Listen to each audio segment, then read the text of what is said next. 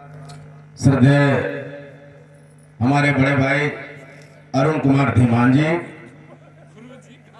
हमारे जिले के जिला संरक्षक, भीम आर्मी में प्रथम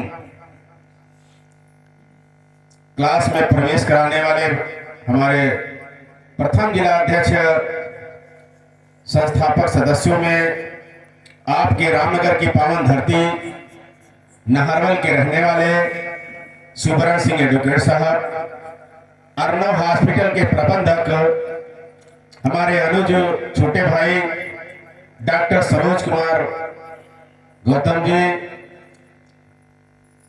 बाराबंकी में क्रांति की बीज बोने वाले बीएसपी, दलित पैंथर, अन्य सामाजिक संगठनों में काम करने वाले हम लोगों के भीम आर्मी के मार्गदर्शक संरक्षक परशुराम नेताजी, हमारे यहाँ ददौरा की पावन धरती के वर्तमान प्रधान प्रतिनिधि राजू भैया, जो हमारे रिश्ते में फूफा भी लगते हैं, और उनकी हमारे गांव की ससुराल है, उनकी पत्नी हमारी बुआ हैं, और यहाँ पर बैठे हुए, चूंकि किसी हमारी भारतीय सभ्यता में ये कहा जाता है कि जिस गांव से हमारे गांव का रिश्ता होता है तो संपूर्ण गांव के वासी भी हमारे उसी आदर भाव के साथ वो रिश्तेदार होते हैं। इस गांव में मैं आज पहली बार नहीं आया, इससे पहले संविधान दिवस की गोष्ठी थी और उधर रोड के उस पार कार्यक्रम था।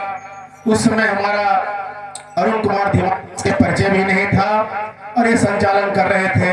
पहली बार उस कार्यक्रम में आया, दूसरी बार एक बार बुद्ध कथा में आया, अन्य कार्यक्रमों में आता जाता रहा। आपके पड़ोस में भागीरथपुरवा में कई बार कार्यक्रम में आया। तो इस गांव के सभी माताओं बहनों का, नन्हे मुन्ने बच्चों का, पितातुल बुजुर्ग, नौजवान साथी, कमेटी के आयोजक बंधु, चाहे उसमें अध्यक्ष हो, महामंत्री, कोषाध्यक्ष, प्रचार मंत्री, संगठन मंत्री, संरक्षक, हमारे मंच पर मंचासीन शत्रुघ्न लाल गौतम जी, जो लखीमपुर की पावन धरती से हैं और पूरे प्रदेश में आज से नहीं 20 साल से धर्म ज्ञान वर्षा के माध्यम से महापुरुषों की चर्चा करके इतिहास को समाज से अवगत कराने का निरंतर काम कर रहे हैं। मुश्काबाद बिरौली में लगातार आपका कई वर्षों 10-12 साल लगातार एक ही गांव में आपका लंबे समय से का कार्यक्रम होता चला आया। आप अच्छे वक्ता भी हैं, समाज सेवी भी हैं। अब चूंकि वर्तमान में समय कम है, हमारे ऋषभ भाई जो अनुज हैं, ये इंटर पास करके बीए के प्रथम सेमेस्टर के जो है छात्र हैं। ये हमारी नई पीढ़ी की ऊर्जा है। इंटर पास व्यक्ति के अंदर महापुरुषों के प्रति संवेदना, उनका समर्पण, उनका त्याग समाज में समझाने का सलीका 50-60 साल के आप हमारे ऋषभ भाई से बड़े बड़े जो एमपी एमएलए आपके क्षेत्र में आप लोगों ने चुना, ये दावेदार हैं। वो ऋषभ की वाक्पटुता भाषण प्रतियोगिता करा लीजिए, वो केवल जय भीम बोल करके आपका वोट लेना जानते हैं, लेकिन महापुरुषों ने कितना त्याग संवेदना किया, समाज को किस तरफ जाना चाहिए और कैसा कार्य करना चाहिए उनको पता नहीं है। और सर्वात की राजनीति करने वाले लोग महापुरुषों के प्रति छल कपट बेईमानी से हमारा वोट लेने का काम करते हैं, लेकिन हमारे समाज का एक एक बच्चा जो सच्चा अम्बेडकरवादी होता है, वो इसी तरह के बुद्ध कथाओं में नीचे बैठ करके सुनते सुनते एक दिन परिपक्व वक्ता, परिपक्व जो है अनुयायी होता है। एक दिन में ये महापुरुषों की विचारधारा किसी जहन में नहीं जाती है। मैं बचपन में बाराबंकी में क्रिश्चियन मिशनरी स्कूल में पढ़ रहा था, नर्सरी से और कक्षा 8 तक मैंने वहां पढ़ा। तब तक मैं नहीं जान पाया कि मैं हूं और चमार जात का होने का कितना जो है कलंक हमको झेलना, हमारे समाज को झेलना पड़ता। जब 90 में हमारे पिताजी नौकरी छोड़ करके प्रधान हुए, सरकारी स्कूल में दाखिला हुआ, तो कहीं होटल पे बैठने के लिए झगड़ा हुआ, कहीं साथ में चाय पीने के लिए झगड़ा हुआ। तब यह एहसास हुआ कि जाति नाम का भूत और जाति नाम के कलंक को हमारा समाज किस तरीके से धो रहा है। हमारा समाज जात के नाम पर कलंक किस तरह से ढो रहा है। चूंकि मैं बचपन में चर्चों में जाता था, चर्चों में प्रार्थना होती थी, ईसाई स्कूल में पढ़ता था, एक तरह की ड्रेस होती थी, एक तरह का बैठना होता था, तब तक मैं नहीं जान पाया हमारे बहुत सारे लोग भी इसी तरह बड़े बड़े घरों के लोग जो बाबा साहब की बदौलत नौकरी पाए, अपने बच्चों को सरकारी प्राइवेट स्कूल में पढ़ा रहे हैं, उनको जाति नाम का अत्याचार के बारे में पता नहीं। वो गांव को बच्चों को लाते नहीं हैं, गांव के साथ बैठने उठने नहीं देते हैं, लेकिन वो भी कीचड़ से ही निकल करके कमल के रूप में बने हैं। लेकिन जो कीचड़ के रूप में हमारे लोग आज दलदल में शिक्षा, अंधविश्वास, ढोंग, आडंबर में फंसे हैं, जो आरक्षण की बदौलत, बाबा साहब के त्याग की बदौलत, बाबा साहब के हक हकूक देने की बदौलत वो नौकरी में गए, नेता में गए, राजनीति में गए, ठेकेदारी में गए। उनकी प्रथम जिम्मेदारी बनती है कि हमारा पिछड़ा हुआ भाई का हाथ पकड़ के है, उसको अपने बराबर लाने का काम करें। अरे दूर छोड़ दीजिए, अपने सगे भाई, सगे रिश्तेदारों से भी रिश्ते तोड़ लेते हैं। जब शादी ब्याह करना होता है तो बड़े बड़े घरों से रिश्ता जोड़ने का काम करते हैं। ये समाज का कलंक है। कोई भी सांसद, विधायक, कोई भी IAS, PCS, कोई भी डॉक्टर, इंजीनियर, यदि वो अपने समाज की गरीब लड़की को लेकर के जाएगा तो एक परिवार से दो रिश्ते बनते हैं और दोनों घरों में उजाला होगा। चाहे माननीय अखिलेश यादव हो, उन्होंने अपनी शादी सामंतवादी सोच के जो है क्षत्रिय समाज से करने का काम किया। आप जिस कैटेगरी से आए हैं, पहले उस समाज को आगे बढ़ाने की जिम्मेदारी आपकी हो।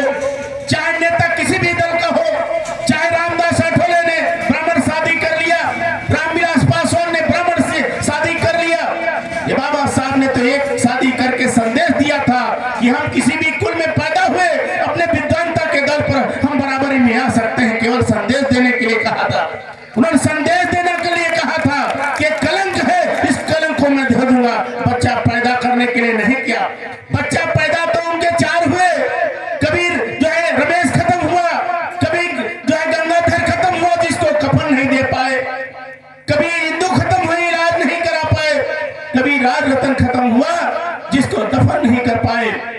चाहे जितना इंपॉर्टेंट काम हो, आप कथा में बैठे हैं, आपके लड़के का बीमार हो जाए, एक गांव में एक लड़के का एक्सीडेंट हो जाए और हाथ पैर टूट जाए, तो ये तुरंत कथा बंद हो जाएगी। बंद हो जाएगी कि नहीं बंद हो जाएगी? और बंद नहीं करेंगे तो मोहल्ले पड़ोस के लोग खोस खोस के मार डालेंगे कि हमारे लड़के का पैर टूटा था, ये साउंड बजा बजा के कार्यक्रम कर रहे थे। जबकि ये कार्यक्रम ये भक्ति का नहीं है, स्वर्ग का नहीं है, नरक का नहीं, पाप का नहीं, पुण्य का नहीं, ये समाज को उत्थान के और रास्ते पर ले जाने का कार्यक्रम है। इससे आपको भगवान नहीं मिलेगा, इससे आपका भाग्य नहीं बनेगा, इससे आपका जो है स्वर्ग नहीं मिलेगा, इससे आपका वर्तमान जीवन कैसे स्वर्ग होगा, इसके निर्माण के लिए ये कार्यक्रम किया जाता है। बाबा साहब की उस याद तो करिए कि जिस समय बाबा साहब अपने बच्चे के लिए खाने के लिए बिस्किट टॉफी लेकर आए थे, उनके बच्चे की लाश पड़ी थी। महिलाओं ने जैसे चादर हटाई, शरीर ढीला हो गया, हाथों से बिस्किट टॉफी छूट गई। बाबा साहब बच्चे के लाश के पास पैर पकड़ के रोने लगे। फिर घर गए, अंदर गए, बाहर आए, वहां के जिम्मेदार लोगों ने कहा अम्बेडकर कफन के पैसे दीजिए, कफन लाया जाए। बाबा साहब कोट पैंट की जेबों में हाथ डालते हैं, पैसे नहीं होते हैं। अंदर जाके रमाबाई अम्बेडकर के कंधे पे सर रख के रोने लगते हैं। कहते मैं कितना अभागा पति और पिता हूं कि अपने बच्चे को कफन देने के लिए मेरे पास पैसे नहीं। धन है त्याग की मूर्ति रमाबाई अम्बेडकर अपने बक्से को खोलती है। आज बक्सा खोलेंगे तो दर्जनों साड़ियां आपके जो है बक्से में मिलेंगी। आपको चयन करना पड़ेगा कि कौन सी साड़ी पहने, कौन सी साड़ी ना पहने। लेकिन बाबा साहब की पत्नी के पास केवल एक साड़ी थी, एक साड़ी पहने थी, एक साड़ी बस स्टैंड रखी थी। रखी हुई बक्से की साड़ी को फाड़ करके अपने गंगाधर को लपेट कर दे दिया और कहा कि बाबा साहब आप पढ़ने गए थे, कमाने नहीं गए थे, इसलिए रोइए ना, रोएंगे तो हमारा साहस कम हो जाएगा। और अगर कन्हे कफन में भी हम गंगाधर को जाते दफन करने तो जीवित नहीं होगा। पश्चाताप न करिए। पुरानी साड़ी में बाबा साहब को लपेट कर दे दिया, अपनी भुजाओं पे अपने पुरानी साड़ी में रख करके छोटे से गंगाधर को आगे आगे जाते हैं, पीछे से सामान जाता दफन करके लौट आते।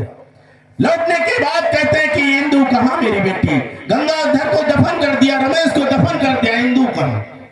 बाबा साहब की पत्नी पैर पकड़ के रोने लगती है, कहती जिस समय आपने चिट्ठी लिखा था कि रामू साहू जी महाराज ने जो पैसे भेजे हैं, मैंने किताबें खरीद लिया, मैं एक टाइम भूखा रहता हूँ, मैं आवारा पशुओं का गोबर इकट्ठा करके जो उपले पात करके अपने हिंदू के लिए दवा के लिए पैसे रखे थे, आपकी चिट्ठी आते ही मैंने पैसे भेज दिया, मेरी हिंदू दवा के अभाव में तड़प तड़प के मर गई, मुझे बाबा साहब माफ करना। बाबा साहब रामबाई अंबेडकर के त्याग को देख करके और जो है करुणित होते हैं, उनके मन में ऐसी बात आती कि हजारों हजारों जन्म में आप जैसी पत्नी मिले जो अपने बच्चों को कुर्बान करके समाज को बढ़ाने के लिए उफ नहीं करती है। आज मायके जाना हो झंझट कर लेती है बहुए, सोना चांदी लेना हो झंझट कर लेती है बहुए, मायके के लिए लोग आ जाए उनके खाने के लिए, दारू शराब के लिए, मांस के लिए झंझट कर लेती हैं बहुए। एक तरफ उन्हें सास ससुर को की सेवा नहीं करते, एक तरफ मायके को सब कुछ मानते हैं, मायके ने पैदा किया ये मानते हैं, लेकिन जिस घर में आप बहू बनकर आए हैं, जिसकी पूरी प्रॉपर्टी जिसने अपना जवान बेटा आपको सौंप दिया, तो एक जन्मदाता माता पिता हुआ, एक संरक्षक माता पिता हुआ। जिस दिन हमारे घर की बहुएं बेटियां अपने जो है पति के पिता को और माता को अपनी माता मान लेंगे, पिता मान लेंगे, घर का आधा कलह खत्म हो जाएगा। ये बुद्ध कथा कलह खत्म करने की कथा है, ये बुद्ध कथा ज्ञान की कथा है, ये बुद्ध कथा शिक्षा की कथा है। हम धरती पे अपने माता पिता के माध्यम से आए, लड़का हो चाहे लड़की, अपने माता पिता को भगवान मानकर उनके रास्ते पर बताए हुए रास्ते पर चलने का काम करें।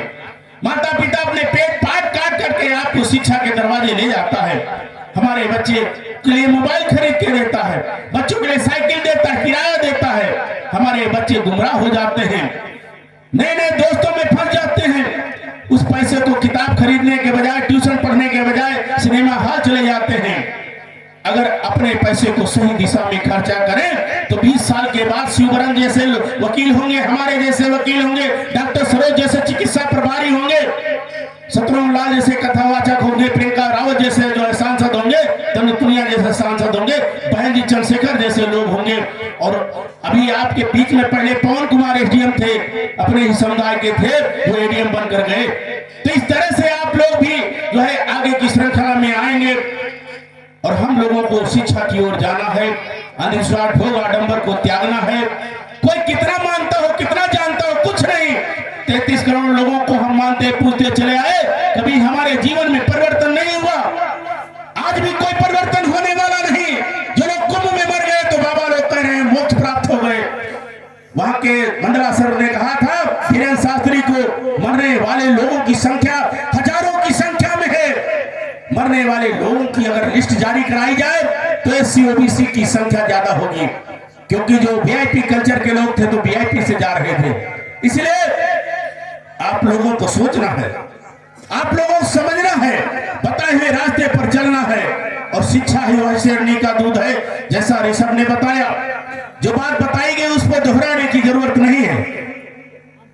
आप जो है शिक्षा की ओर बढ़े, कारोबार की ओर बढ़े। नौजवान साथियों से मैं अपना बात जोड़ता हूं कि हाँ, आप लोग 150 रुपए 200 रुपए की शीशी पीते हैं, दोस्त मिल गया 300 रुपया खर्च हो गए, अंडा जलेबी खा लिया 50 रुपया और लग गए, 300 रुपया पर डे आप खर्चा करते हैं। चाहे महीने में 10 दिन खर्चा करते हो, 3000 रुपया हुआ। इस 3000 को अगर एक साल में 36,000 हुआ। आप बहने भी जन्मदिन मुंडन के नाम पर अनावश्यक पैसा बर्बाद करते हैं। आप लोग शराब का, बीड़ी सिगरेट का पैसा बचाएं, आप लोग अंधविश्वास का पैसा बचाएं, एक जेब में अंधविश्वास का पैसा, एक जेब में शराब और जो है पान मसाला बीड़ी सिगरेट का पैसा रखिए, और एक जेब का पैसा शिक्षा पे लगा दीजिए। एक जेब का अपने घर में दाल महंगी है, दाल खरीदिए। दूध 50 रुपया लीटर मिलता है, दूध खरीदिए, घी खरीदिए। अपने बच्चों को अच्छा अच्छा भोजन, अच्छा अच्छा दूध दही घी खिला करके ताकतवर बनाइए, और आपके जीवन में परिवर्तन स्वतः हो जाएगा।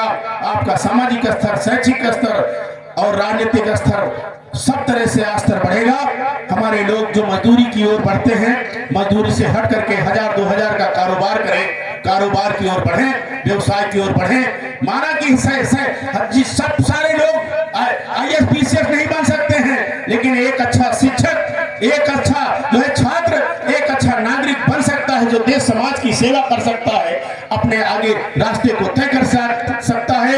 इन बातों के साथ मैं अपनी वाणी को यहीं पर विराम देते हुए अपनी बात को समाप्त करता हूं। बहुत बहुत धन्यवाद। जय भीम, जय भारत।